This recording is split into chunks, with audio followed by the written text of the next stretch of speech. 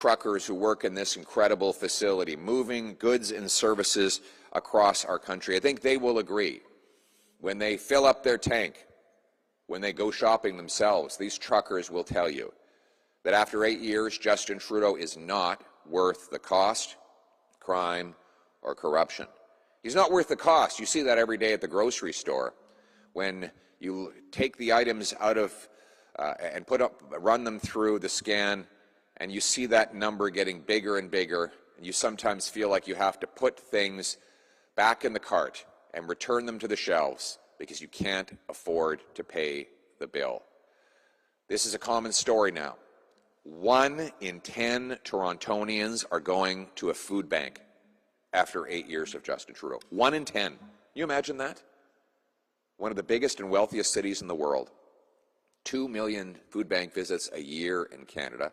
That's a record-smashing increase of 32% since Trudeau took office. Next year, we expect 1 million more annual visits because food prices continue to rise faster than wages. After 8 years of Justin Trudeau, we've had 28 dead bodies in freezers outside the St. John's Hospital next to a dumpster because their families can't afford a burial or cremation. These, in Armukto, 50 military families are eating at the local food bank. Military families who risk their lives for us are not getting enough to pay for their groceries. After 8 years of Trudeau, there are now 35 homeless encampments in Halifax, in one city. These encampments are now visible everywhere you go.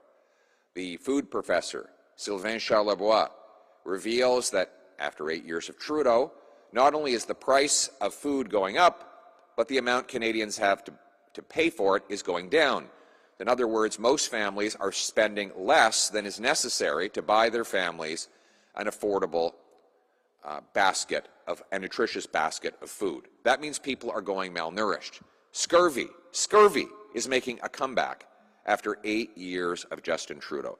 These are the real-world consequences of Justin Trudeau and the NDP doubling the national debt, raising taxes on middle-class and poor Canadians. Trudeau famously said that the economy is not about numbers, it's about people. Well, I hate to break it to you, Justin, but numbers affect people. In fact, as Pythagoras said, numbers rule the universe.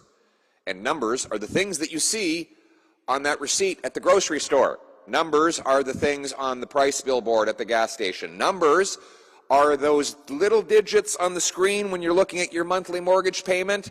If you're brave enough to bring it up on your screen, those are all numbers, Justin. And those numbers impact how much food are in the bellies of people, or whether they have roofs over their heads, or whether they have to work 70 hours a week just to avoid eviction. Numbers rule the universe, and unfortunately the numbers are cruel for Canadians after 8 years. We know this policy, these results are the direct consequences of Justin Trudeau and the NDP policies. When you double the national debt, you drive up demand, which bids up goods. You print $600 billion of cash, and that causes inflation, just like it has everywhere and always over the last 5,000 years of economic history as far back as we can go in human records. Whenever governments create cash, they cause inflation. And what is he doing now? He's out making multi-billion-dollar announcements of inflationary spending that will drive up the cost of your living again.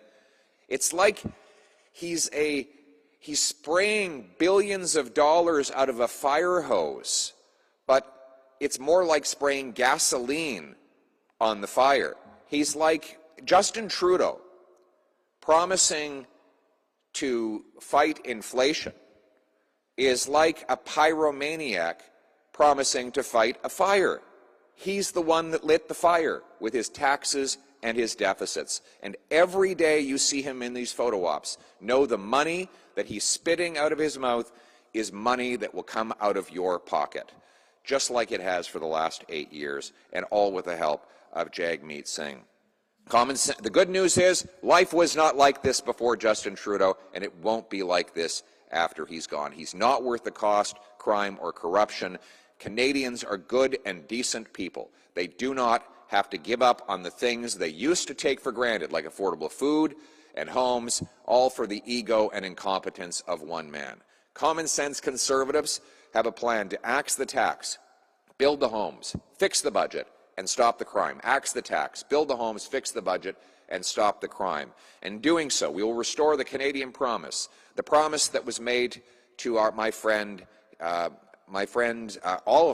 behind us today, but particularly to Jazraj, whose family came here with a small bank account but big dreams, and he went on to start a business, build homes, and become a member of Parliament. The promise made to my family when I was born to a 16-year-old unwed mother who put me up for adoption to 2 school teachers, and they raised me to believe that it didn't matter where I came from, it mattered where I was going. It didn't matter who I knew, but what I could do.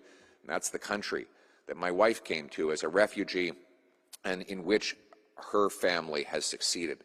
That is Canada's promise. Though it is broken now, we will restore it. And today we demand the government reverse the policies that have destroyed the middle and working class people. But we are making 3 specific demands for Justin Trudeau for the forthcoming budget. First, axe the tax on food and farmers by passing C-234. That will take carbon tax off farmers' barns and drying to provide food price relief to Canadians. 2, build homes and not bureaucracy by requiring cities permit 15% more housing completions each year as a condition of receiving federal funds. 3, cap spending with a dollar-for-dollar law to bring down inflation and interest rates. The dollar-for-dollar law will require the government find $1 new of savings for every new dollar of spending. By capping government, taxpayers and the economy can catch up with the cost. We can balance the budget again and bring down inflation and interest rates. This dollar-for-dollar principle is the one that single moms, small businesses, and seniors use to run their finances, and it is what we are demanding the government implement as well. Again, axe the Trudeau tax on food and farmers. 2, build homes, not bureaucracies. And 3, cap the spending with a dollar-for-dollar law to bring down inflation and interest rates. These are common sense demands, and if we don't get them, we won't support the budget. Common sense Conservatives will continue to fight for everyday Canadians who work hard, pay their taxes, and play by the rules until the carbon tax election comes. And in that election, we will have a simple choice between a costly coalition of Justin Trudeau and the NDP, who tax your food, punish your work, take your money, double your housing costs, and unleash crime and chaos in your community, or common sense Conservatives who will axe the tax, build the homes, fix the budget, and stop the crime. Thank you very much. Let's bring it home.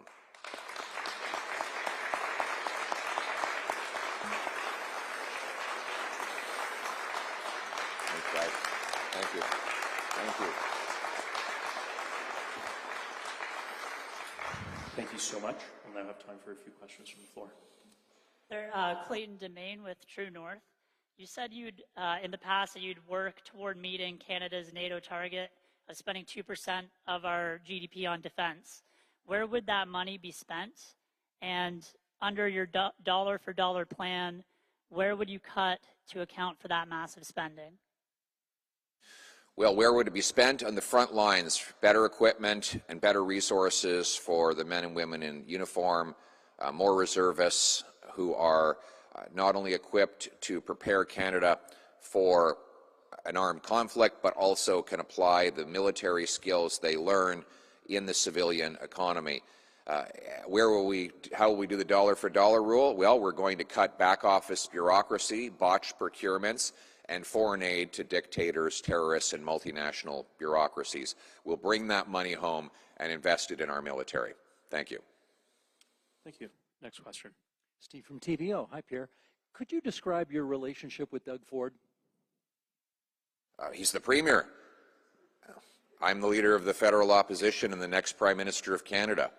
And my relationship with him is the same as with everyone. I will work with anyone to axe the tax, build the homes, fix the budget, and stop the crime. Thank you. Thank you. Next question. Michael Drapac, CBC News. Thanks, Mr. Poilievre. 6 premiers are now calling for a First Minister's meeting with the Prime Minister on the carbon tax. He is not committing to that. What do you think that says about Mr. Trudeau when he refuses to meet with premier leaders as a group? And what does that say about federalism and how it should work? Merci beaucoup. Thank you very much.